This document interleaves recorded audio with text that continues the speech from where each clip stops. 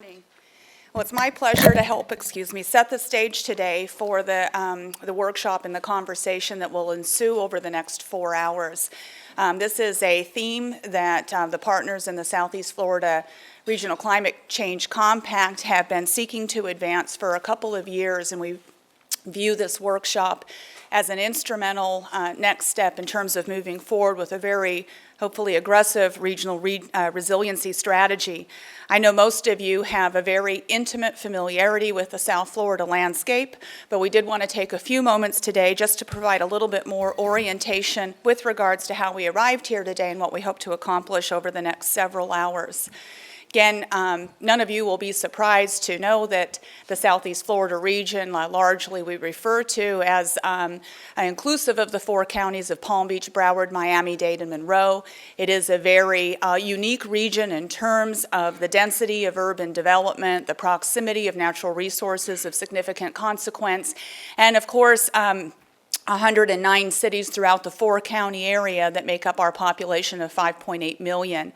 Our region collectively accounts for a third of our state's population and a third of our state's gross domestic product, and so we know that ultimately what happens in Southeast Florida has not only dramatic consequences for our region, but for our state, and like most coastal communities within the United States, climate resiliency is an issue that is not of just a matter of local consequence, but national, because of the role that coastal communities play with regards to our national economy.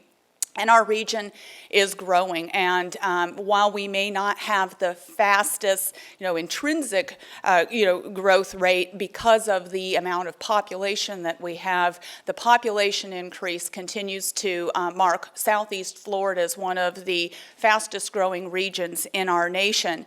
And while we're well familiar with the fact that we're already quite densely developed, the density is going to increase. And we have seen that over the last couple of years, Florida has really led the nation with regards to the extent to which development is taking place. We've exceeded some of the projections in the last couple of years, and so this isn't a trend that it shows any indication of slowing, nor is that our intent. We appreciate the importance of really great economic development in our region. We just want to make sure that as we move forward, these development decisions are organized with resiliency in mind and continue to support a really robust economic landscape. But we know that that is challenged because of the fact that we are so very flat and low-lying. And over the last many decades, we've developed a lot of infrastructure to help ensure risk reduction and flood protection, given the vulnerabilities that we have to flooding, intense rainfall events, and storm surge. But we know that climate change really compounds many of these challenges. With vulnerabilities relating to sea level rise and tidal flooding that's recurrent today. Our communities have very intimate stories that can be told from this last year about the great dramatic impacts of this prolonged flooding. Tropical storms that are largely predicted to be more intense with greater coastal development. We have the risk of greater losses associated with higher wind intensities and damage. Extreme rainfall, increasingly, we're seeing very intense storms that are occurring during historic dry winter months. So 1 in 100-year rainfall events, 1 500-year rainfall events. 2 years ago, the state of Florida had 2 1 in 1,000-year rainfall events with more than 20 inches of rain in a single day. So these are the types of conditions that we're beginning to see recurringly, and we have a recognized infrastructure that is currently not prepared to deal with events of that magnitude, and we're seeing increasingly demonstrated the need to organize infrastructure investments and resiliency in the landscape to address these concerns. We're not going to be talking about water supplies today, but clearly that's another area of concern, and beach erosion with rising seas and more intense storms, greater sand loss, and we've had local experience about how those conditions are combined to undermine infrastructure and threaten both public and private property. So a lot of dramatic examples across the landscape about the exposures that occur and exist in the absence of resiliency investments. And our region as a whole has had a sensitivity to these vulnerabilities for decades because of this unique landscape, and we all have very organized emergency management operations. We've organized resources around responses. We have strict building codes. So it's not foreign to us, but it is increasingly the frequency, the intensity, and the extent of the landscape that has the potential to be impacted.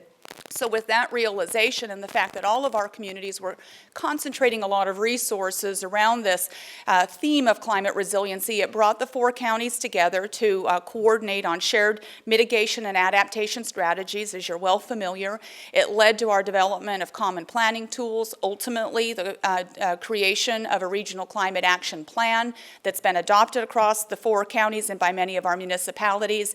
And it's this action plan that has been the focus of workshops that have taken place over the last several years in order to organize advancements on critical recommendations. So this workshop is one of that series of implementation workshops, and as I indicated, it's one that we've been working to organize over well, probably a conversation over 18 months, because we know it's a critical next step, especially in light of all of the development that's taking place and the opportunities that are lost as we defer decisions and the coming together of a regional strategy to really begin to more aggressively embed resiliency in the landscape, not just because of the infrastructure, but because of the broad dramatic economic implications.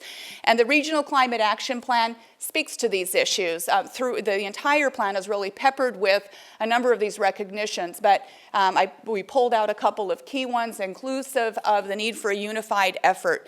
Increasingly, we know that this is a theme that is not going to, or an issue that's not going to be resolved at just the local government level, not just at the regional government level, nor just by private industry, but it's going to require the collective integration of a commitment to resiliency through the broad range of investments that are made in a community by public and private, with interior and exterior investments to ensure that resiliency is addressed and that those investments are helping to ensure a more predictable physical environment, avoiding the disruptions, the damages, and the economic losses so that we can have an assuredness of stability in the economic market in which we're living, operating, and investing.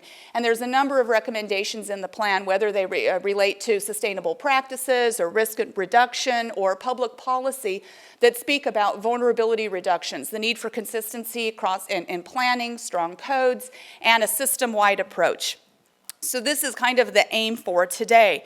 Why? Because we know there are significant economic exposures, and these numbers are dated. When we developed the Regional Climate Action Plan, we made some simple assessments based upon land elevations and predicted sea level rise and taxable infrastructure. This does not include, the costs of bridges and highways and services that are disrupted with sea level rise and predicted impacts. Only the public and private infrastructure that's taxable. In the Broward case, we've adjusted the numbers recently based on the 2015 property values when this was originally undertaken in 2011. We were still much in the way of economic recovery. So we've seen significant increases, I think in the Broward example, 20-30% in just this time frame. And again, dramatic investments that are taking place today. So these are not the future exposures, and they're very conservative today. I would venture to say. I think you'll hear more about that through the course of the discussion. And so we've sought to really begin to understand the criteria and the time horizons upon which we need to begin planning for future conditions and the potential exposures. And as a region, we've collectively agreed to utilize the sea level rise projection, which, if we take into account the amount of sea level rise that's occurred since the baseline in 1992, we're ultimately looking at an additional 11 to approximately 23 inches of sea level rise in the 2060 time frame. And I think it's safe to say most of us who are in the planning arena are regularly talk about 2 feet of sea level rise by 2060. Again, why is it important? Well, we can see the intensity of recognized economic development that's taking place in the region. These are just a few excerpts from business journals that are covering economic activity in South Florida and relative to the United States. The recognition is that in Miami Beach, the population has increased, doubled since 2000. There is intense condo and hotel development that's happening in the city of Fort Lauderdale and along our coast. Again, the interest isn't in discouraging practical and prudent development, but making sure that we don't create exposures for ourselves that we're ill-equipped to handle and financially unable to handle, or see any erosion of our economic base by virtue of having made poor planning decisions today.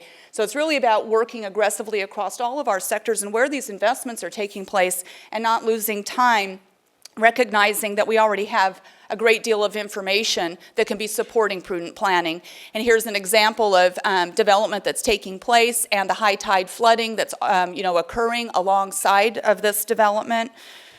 There's also, of course, residential communities that are dramatically impacted. These sites may or may not be redeveloped. They may or may not have an opportunity for building to higher standards, but we can't forego thoughtful inclusion and addressing of the infrastructure and resiliency needs of the residents that live and support our communities, live in and support our communities.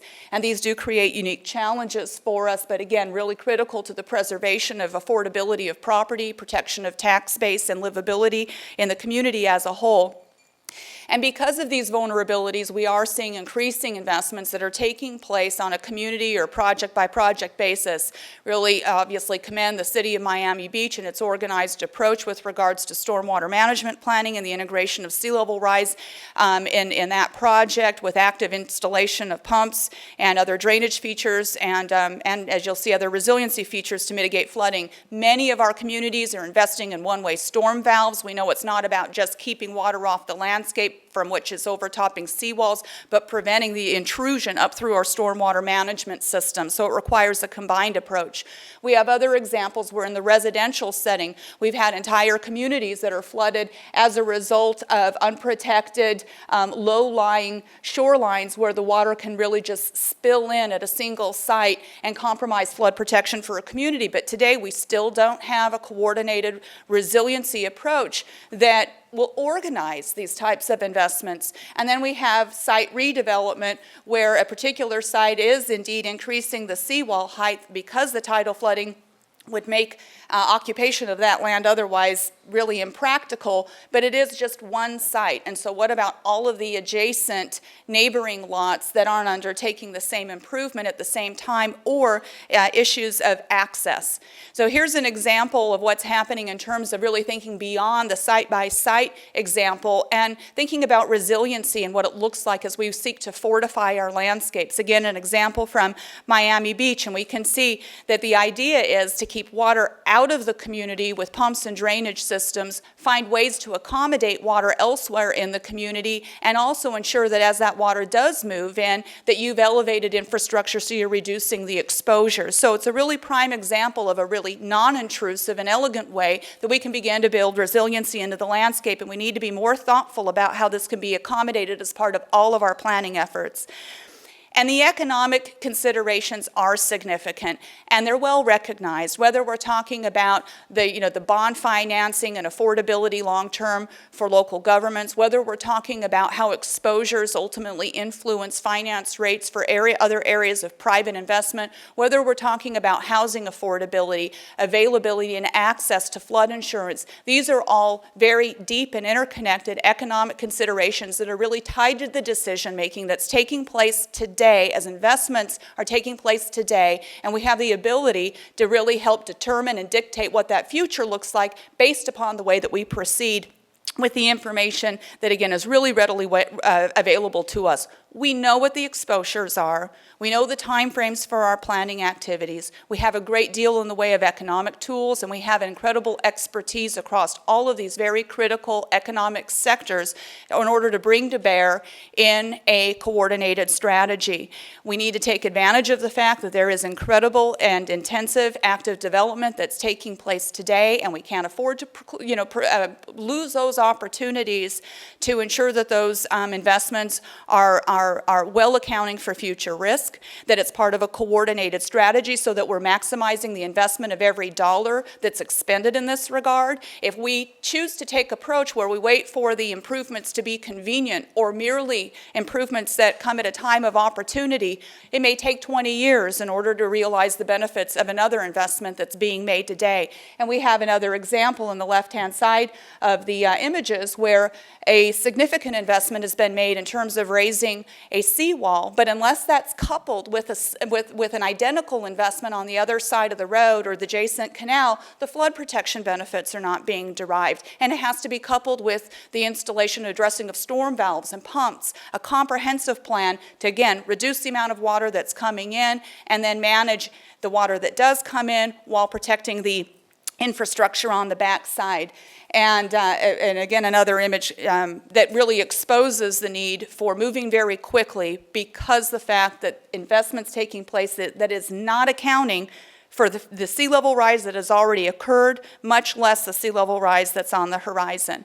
So the objectives today with all of you and all the experts that are in the room who have been working in these areas of insurance and risk and finance and development and planning and organizational administration is to share your expertise with us among yourselves to help bring collective wisdom to the challenges before us, to better dialogue on the integrated nature of the economic considerations so we all have a better appreciation about the linkages that are taking place between public and private investment, both short-term and long-term. What's the basis for decision-making and how do we maximize, again, every aspect of expenditures with one that helps to derive resiliency benefits. Discussing today where we have gaps and needs in order to support either a path forward or decision making and opportunities that may be revealed to us, tools and mechanisms that will allow us to more quickly move forward embedding resiliency standards into our planning and investments. So that's kind of about finding these entry points that some of us may not be familiar with, but may be very well familiar to you. It's about improving our collective literacy with regards to the linkages in climate and economics. Some of us are very expert in one area or another, but I don't think that we can afford to separate the two. They're too intertwined. And so hopefully with today, we began to dialogue and develop a collective understanding of a path forward, networks that we individually and collectively employ, look at, again, the benefits that need to be derived not just by our individual actions, but by those of an organized community. And this will also, in our estimation, serve as just the first of a series of very critical conversations and interactions with these core sectors of our community so that we can work more collaboratively and intimately in a resiliency path for our communities. So I thank you for your time this morning and allowing me to help set the stage for what I know will be some very intriguing and stimulating conversations with our expert panels that will follow. Thank you very much.